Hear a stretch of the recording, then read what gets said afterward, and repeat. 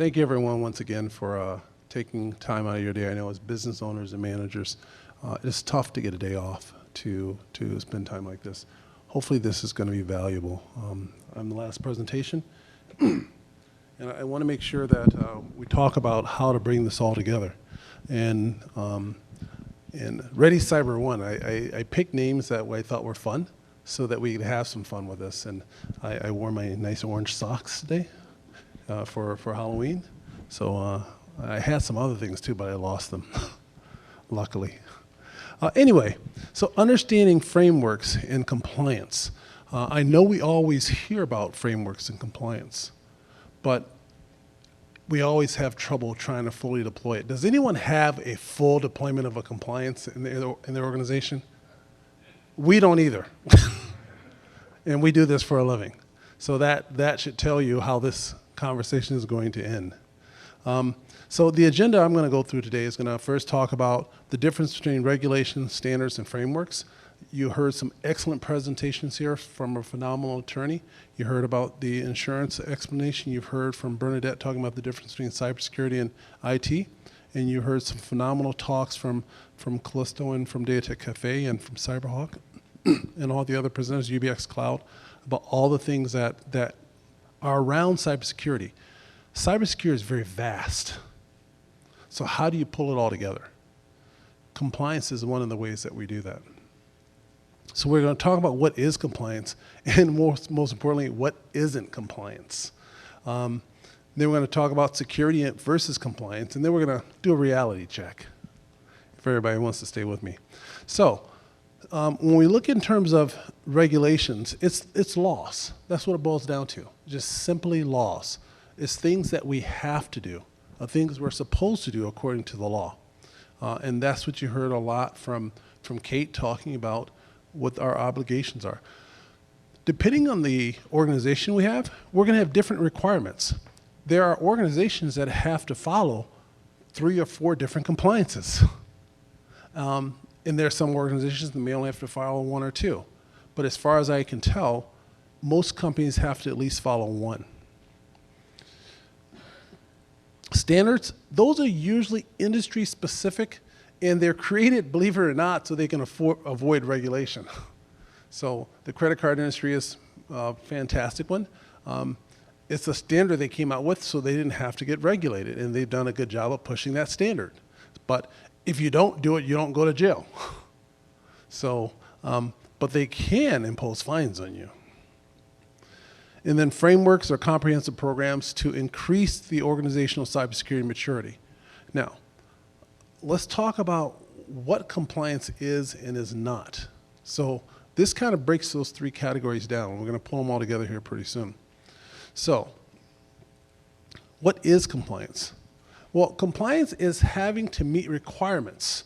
Compliance is having to meet requirements set by others. So these are going to usually be, your healthcare, your credit card, your SEC, other bodies that are not laws that are created to kind of help make us more secure and bring us into an environment where we can protect data, protect privacy, and all those other things. So that's what compliance is. What is not compliance? Well, that's going to be a different story.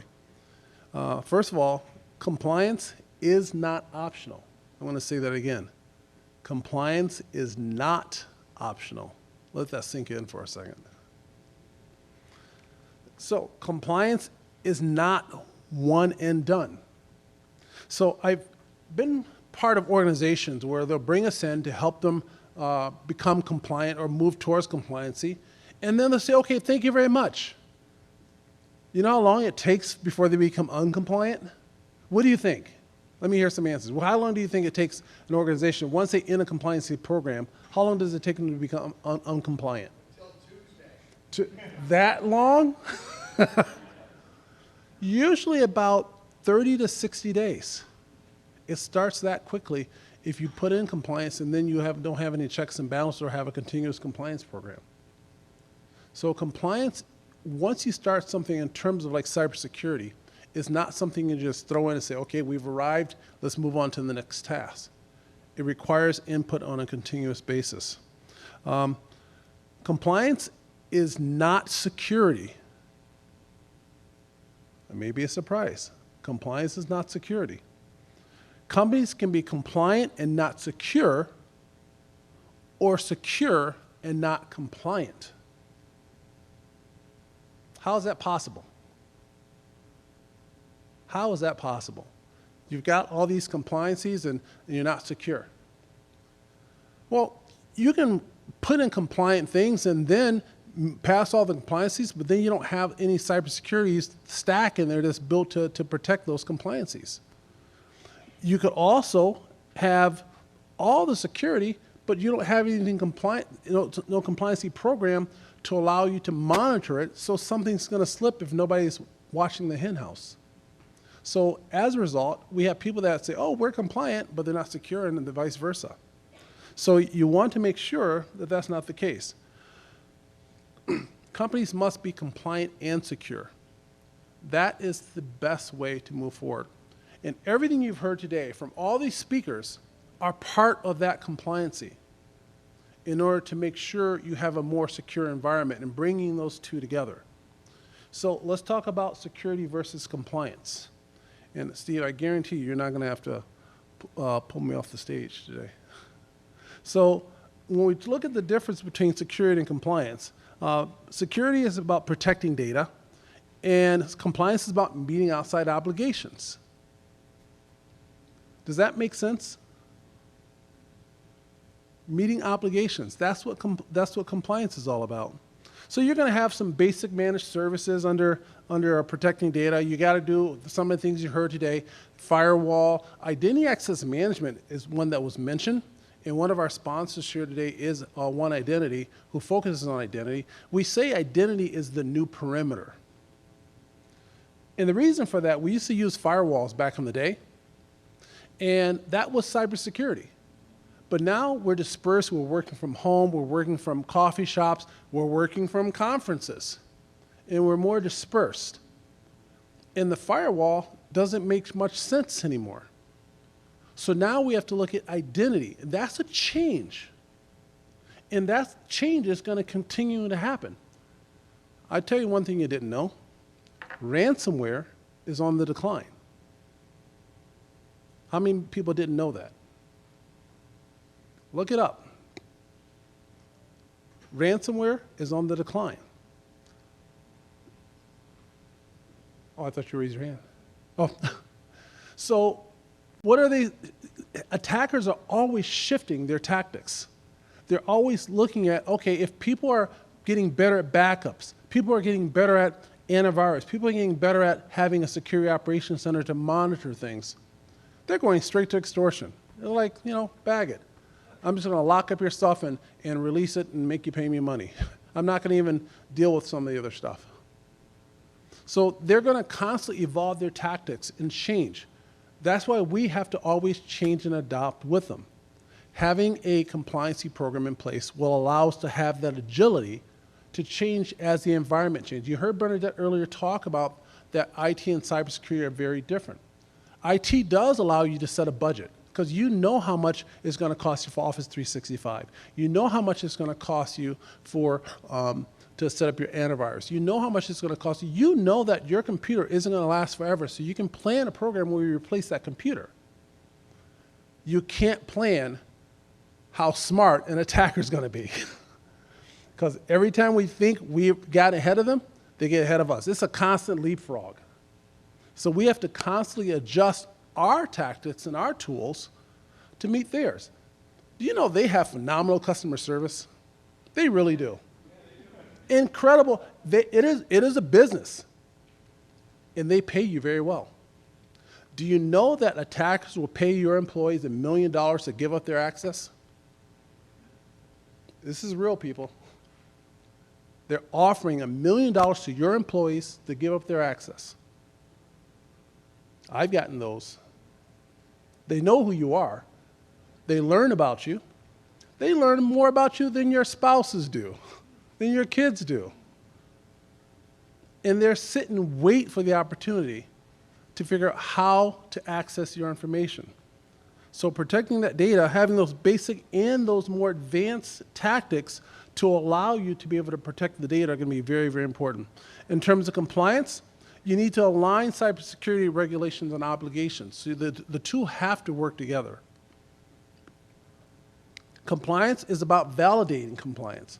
So once you put it in place, how do you know it's there? If you're not checking and confirming it, or have some sort of documentation that confirms that you are following some sort of compliancy. You have to identify compliancy gaps. Maybe you don't have an enforceable password policy. And how do you get an enforceable password policy? You've got HR, you've got accounting, you've got marketing, you've got sales, you've got operations. HR is going to be concerned about the employees that are onboarded and offboarded. I talk to HR people and they're like, oh my God, I can't remember every time somebody comes here. Think about how many apps you have to disconnect when a person leaves your organization. How long does it take you to onboard an employee? And I know in this room, when you've lost employees, I guarantee you some of them still have access to something that you don't know about. Because even as small businesses, and the business here range from 30 up to, I think, 800, it's hard to realize how to disconnect every single access that an employee has. Now, you can take Active Directory for the IT people that are in here. Yes, you can control a lot of things through AD, Active Directory. You can control a lot of things through your Azure environment or your Google cloud space, and those are technologies that IT uses and cybersecurity uses to kind of control that. But then you have your banking, your credit cards, you have your HR systems, you have all these other systems that you're accessing across the organization that you can't possibly keep track of. So having a policy in place or some sort of compliance that checks that helps you secure those things.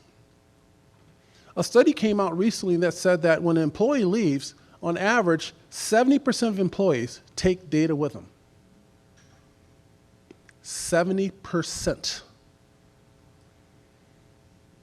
That's a big number. So you heard some of the people talk about data loss protection and data loss prevention. Those become things part of compliance. When you have a compliancy program in, it helps reduce the probability of that. Everything we're talking about in cybersecurity is about reducing the probability of an incident, which can lead to a breach. I'm making sure I say what Kate said. So make sure you know I was listening to you, Kate. But it's about reducing the probability. There's no guarantee. No one here can guarantee. But we can significantly reduce the probability of a cybersecurity incident. That we can do. And many of the people you've talked to in here are part of that. So documentation in that audit preparation. So if you are going for a specific compliancy, having some sort of documentation to prove that compliancy is going to be very, very important. So I want to bring it all together by talking about an example of security and compliance requirements. So let's say you have a password policy management as part of your policy, and then you have a procedure that for changing the password every 90 days and implementing multi-factor authentication. You guys hear that over and over and over again because a lot of people still aren't doing it. And then you have evidence, you have data auditing and validation of the documentation. So without policies, procedures, and evidence, you don't have a leg to stand on. Nobody got that? So it's important to have all three in order to build some sort of security and compliance combination. I want to talk about a couple of examples of when we talk about the regulations, again, laws, standards, and frameworks. What am I talking about? You may recognize some of these. How many recognize HIPAA? We hear it all the time. Everyone knows that's healthcare. How many people recognize GLBA? That is going to be the Graham-Leach-Biley Act. That is more for organizations, larger organizations, and SEC requirements. Kate talked about some of these things there. FINRA is more for the financial industry. So everyone has these regulations or laws that they're supposed to follow based on the industry. And then standards are going to be your things like your security rules, your PCI DSS, which is for credit cards. It's going to be many of the other things for financial services and cyber insurance policies. So those things all help you to be more secure. And then your frameworks, and you're going to hear me mention NIST a lot because that's one of the more common frameworks that are used. And my personal opinion of frameworks is I don't care which one you use, just use one. You will become more secure by adopting a framework, and it doesn't matter which one it is. They're all good. NIST is one that a lot of IT people and cybersecurity people understand, and it's one that they can help in terms of getting you there. So if we look at an example of how these are related, you would use the regulations to comply with the standards by implementing a framework. Does that make sense? You use a regulation to comply with a standard to implement by implementing a framework. In other words, implementing a framework helps take care of a lot of these things for you. If we were to look at a healthcare example, HIPAA would lead to security rules, which also might require your organization to have a cybersecurity insurance policy that can be implemented by doing NIST CSF, Cybersecurity Framework. And what NIST is, they have 5 categories that they talk about: identify, protect, detect, respond, and recover. 5 areas of cybersecurity that help make you more secure overall as an organization. So another example might be where you're looking at the state data breach laws. From there, you might have to look at PCI DSS and then cyber insurance again. By the way, you can tell cyber insurance is in there all the time. These guys didn't pay me for this, by the way. And then you can, again, implement those by NIST CSF. I want a commission. So let's talk about reality checks. Now, how many have tried to implement a framework? How did it go? Come on, guys. How did it go? How is it going? How is it going? Come on. Crash and burn. It's tough. It is really tough. And some of them are pretty ridiculous. I didn't even mention CMMC. I'm not even going there. It's a government requirement that's way above anything we've seen, and I don't think it's ever going to happen, but some people believe that it will. So reality, and I'm not going to spend a lot of time on these slides because you've seen a lot of this data. Small businesses are getting hit because small businesses don't have the budgets. Now, there are varying degrees of small businesses, and we have them in this room. Some are smaller, 30, some are larger, 800. Those are still small business, and you have to invest resources in order to be able to protect yourself and deploy them. The number of complaints for privacy breaches have gone up across the world, particularly in Europe. That's where GDPR is. And again, these are just statistics that you've seen over and over again, which indicate that small businesses need to do more to protect themselves.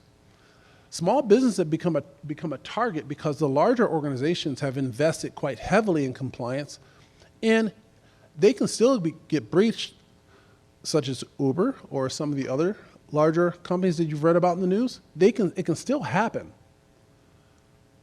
But smaller businesses are much easier because we don't have a lot of things, or we don't think about them.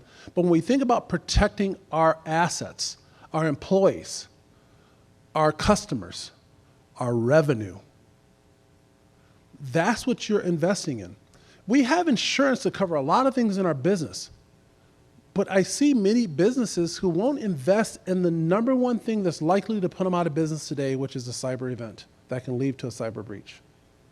And you heard Kate talk about it. Once you have your reputation harmed, your customers leave. They don't come back. It takes you a long time to recover from that. And how many people in here can afford to be out of business for 90 days? How many of your employees can go 90 days without a paycheck? So it is important for us as owners, our accounting departments, our HR departments. It's a team sport. Everyone in the organization has to think about security, not only for the organization. When I do training for organizations, I talk to owners and say, if you don't let me talk to your people directly, this will never work. Because you've got to get your people to buy into security on a personal level before they're going to do it on a company level. In our organization, we started off by talking about our families, talking about our kids, talking about how we can make them safer. It made it very easy to carry that over to the organization. And one particular employee who's not here today, I remember him telling me after going through all this training, and we go through training every month religiously, he said, I got so paranoid, I went out and put a firewall on my house. I, locked down everything. He locked down his whole house. So, but we do that to make sure that we're helping our loved ones become more secure. And when they're thinking about security, when your employees start to think about security for themselves, it becomes very easy to think about security for the entire organization.